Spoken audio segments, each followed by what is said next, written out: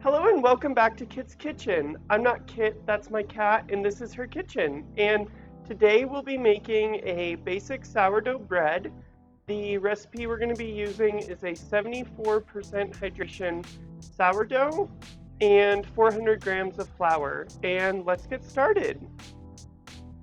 For our first step, we're going to add 17% starter, so 68 grams of sourdough starter. And this starter is a 50-50 whole wheat and all-purpose flour.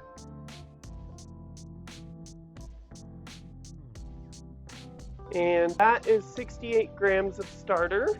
And to that, we're going to add 296 grams of water, or 74%. We're going to stir that up with a dough whisk. Now that that's evenly mixed together, in a separate bowl, we're going to add 400 grams of bread flour,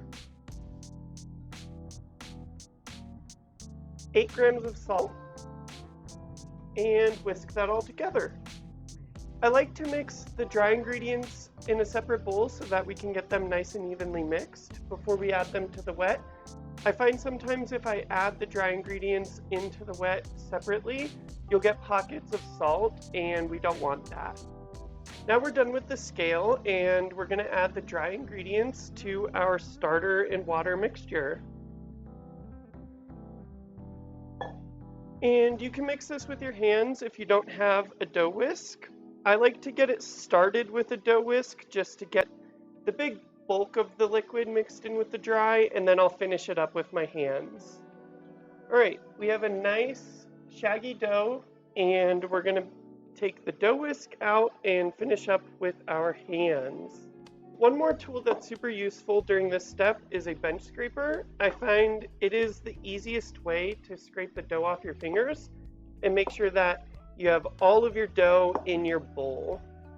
And we're just trying to get this as evenly mixed as we can. We're going to do kind of an auto knead next, so it doesn't have to be perfect. This is where the bench scraper comes in super handy to get all of this back into the bowl off of your fingers. And you can see it's pretty shaggy still, but we're going to cover this and let it sit for 10 minutes, and I'll see you then. This has now been sitting for 10 minutes, and something I want to mention before we move on to the next step is this step is kind of like a mini autolyse. So the reason we do this is to give the dough a chance to rest, develop some gluten, and now we're going to do a quick window pane test and see if we're ready to move on to pre-shape.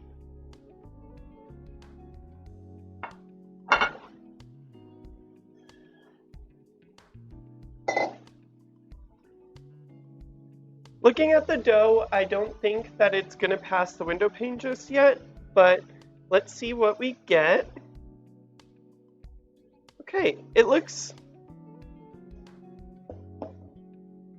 pretty good, but it definitely still needs a little bit more strength in it. So I'm going to just pull and stretch the dough up and then push it down back into the center of the dough, all the way around, maybe for 2 turns of the bowl. And the reason to do this is just to develop a little bit more strength, and we're going to let this then sit for another 10 minutes.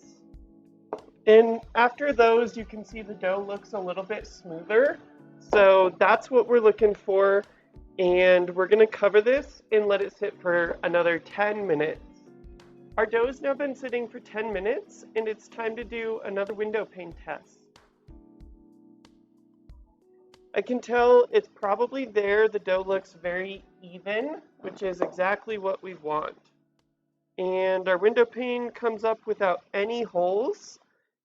That's exactly what we're looking for. So now we can do our pre-shape. So we'll turn this out onto the counter, get all of the dough out of there that we can. At this point, I always like to cut off just a tiny little bit of dough, and we'll put that into a straight-sided container. Ideally, if you have a shot glass, that'll work too.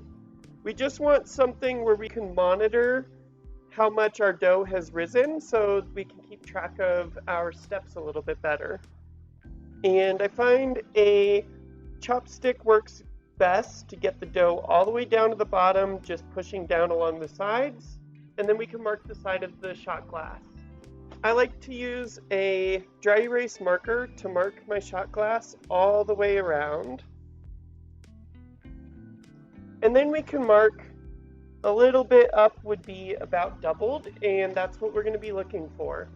And then I'll cover this with plastic wrap so it doesn't dry out, and we'll continue to get a good rise on it. For our pre-shape, our goal is to develop as much dough strength as we can. I always like to start with pulling the dough and folding over on a couple of the sides, and that'll help get a nice tight ball in our dough. And we can flip it over, and we're going to push with our bench scraper at a 45-degree angle and then pull back. And we're going to just do this until we have a nice smooth top. You can see it's still a little bit sticky, so we're not quite there yet. But with just a couple more passes and pulls, again, push and pull, push and pull.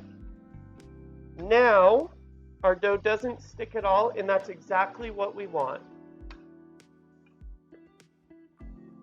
Now you can see our dough doesn't stick at all when we touch it, and that's exactly what we're looking for. The last thing you're going to need is a container to let your dough rest in. What we're going to do is put our dough into our container. Next, we're going to cover our container. You can use whatever you have to cover it. I like to use a plate. And we're going to let this sit for 30 minutes to rest, and then we'll do some stretch and folds, and I'll see you in a little bit. Our bread has now been resting for about 45 minutes, and we're going to do our first stretch and fold. What you want to do is first wet your hands so the dough's a little bit easier to work with, and then grabbing from the sides of the dough, lift up. And you'll get this kind of shape, and then place that back down in your bowl, and pick it up from the other side, just like that. And then I always like to kind of roll it back into a ball. I do this inside the pot, but just to show you what it looks like, that's what we want. And then we're going to let this sit for another 30 to 40 minutes, and I'll see you then. It's now been another 45 minutes, and we're going to do another stretch and fold. And at this point, and I'll insert a picture in here somewhere, just to show you what it looks like, but our dough is spread out a little bit in the bottom, and that's how you know that it's time for another stretch and fold. Usually this is about 30 minutes to 1 hour that you want to do them, and usually we'll do 2 to 4 stretch and folds today. I'm only going to do 2 because my dough's feeling pretty strong, and I've already let it sit for about 2 hours, so let's get to it. Again, we want to pick up from one side, and I usually like to shake it down just a little bit to help really stretch it and make sure we're developing as much strength as we can. And then we're going to kind of turn this into another tight ball. And at this point, we're going to let this sit until our little sample gets up to the line, or until our ball is roughly doubled in size. And at that point, we'll do our final shape, and then it goes into the fridge overnight. And I'll see you in a little bit. It's now a little bit later in the day. It's been about 6 hours, and it's time to do our final shape. For this step, I'm going to put a little bit of rice flour on the top of our dough, and then we'll turn it out onto the counter. We don't want to put too much rice flour because we still want our dough to stick, but we don't want it to stick to the counter. So try and be as minimal with that as you can be.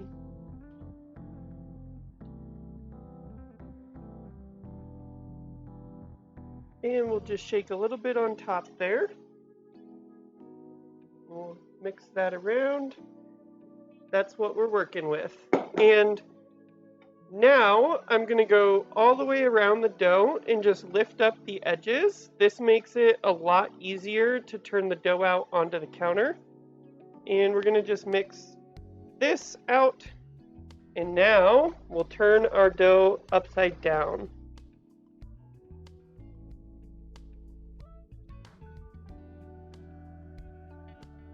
Perfect. This is looking very good. We've got some air bubbles. The dough's a little bit thicker, and we're gonna just stretch this out into a little bit of a rectangle, trying to keep it from sticking as much as possible. If you need to use more flour, go ahead and do that. For the shape, we're gonna turn the bottom of the dough up, the sides over, and the top down, and then we're gonna roll it up. So bottom up, and feel free to brush off any extra flour that you might have. We'll do the sides in, top down, and we're gonna just roll that up. Sometimes I like to do some stitching on the dough, but we'll look at that in a future video. And just tuck in the sides as nice as you can, and now we'll prepare our basket. We're gonna just line this with flour, and then I'm gonna put a little bit more on the top of my dough and wipe that around. You can pick up what you have here and put it on top, and make sure that's all tucked in nice and neat. Make sure your basket looks like you have enough flour on there. We could use a little bit more here.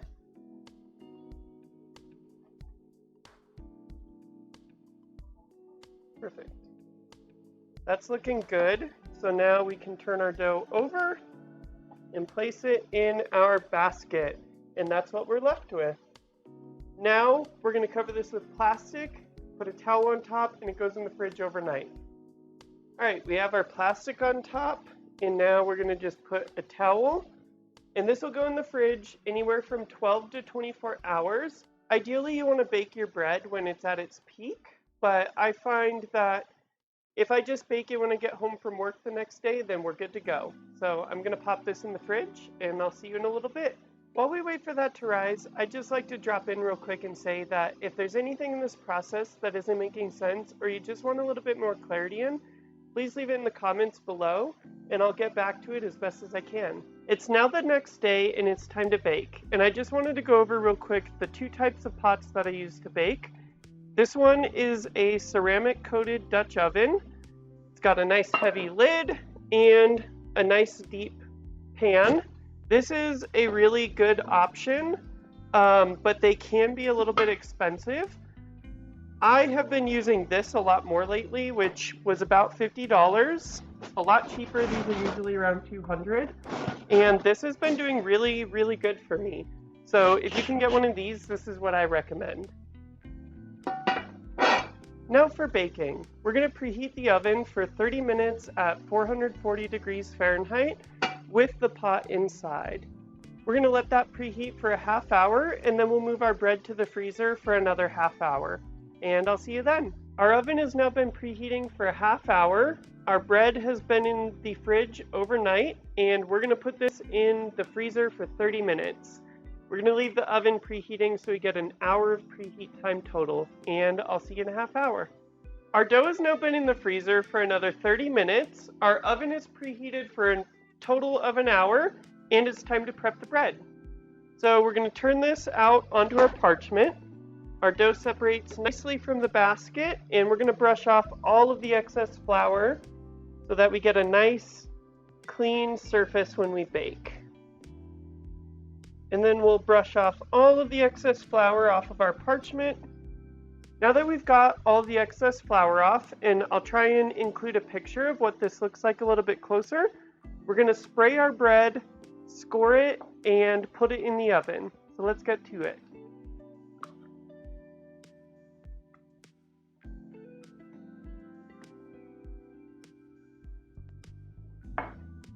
For the scoring, you want to try and get as flat of an angle as you can so you get a good ear on your bread, and I also like to double score. So we'll do our first score just like that, and then we'll go back in and try and do a little bit flatter of an angle, and that helps get a really good ear on your bread. And let's get it in the oven. Lower our bread into the pan. We'll put one ice cube in the pan to generate steam. Spray the lid.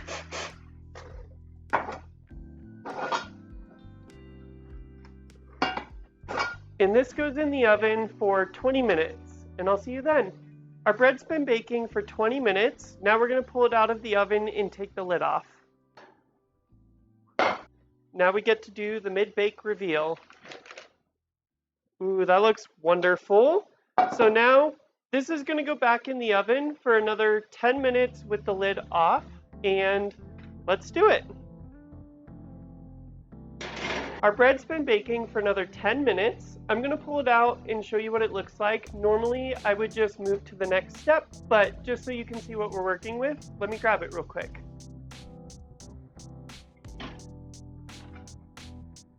That's what our bread looks like. It's definitely not done yet. So we're gonna put this back in the oven, and we're gonna let that bake for another 15 minutes with the oven door cracked. As a tip for keeping the oven door cracked, I like to roll up just a ball of foil and wedge that in the door so I know that the door is not gonna be open too far and it's not gonna close on me. And I'll see you in about 15 minutes. Our bread's been baking for about 45 minutes now and it's looking good, so let's pull it out of the oven. We just pulled our bread out of the oven and you can see it's got a nice ear on it with a good bit of oven spring, there to there. Our bread has a nice dark brown color with some good blistering. We're gonna set this on a wire rack to cool, and I'll be back to cut it open in a little bit. It's now a little bit later in the day. Our bread has been cooling for a couple hours, and it's time to cut into it. One thing I wanna mention real quick before we cut into it, when your bread comes out of the oven, it's gonna be really hard, and you might think that you over baked it, but it will soften as it cools. My bread is very squishy, as you can see. So I just want to mention that so you don't panic thinking you might have done something wrong. It will come out very hard, but it will soften. Let's cut into it.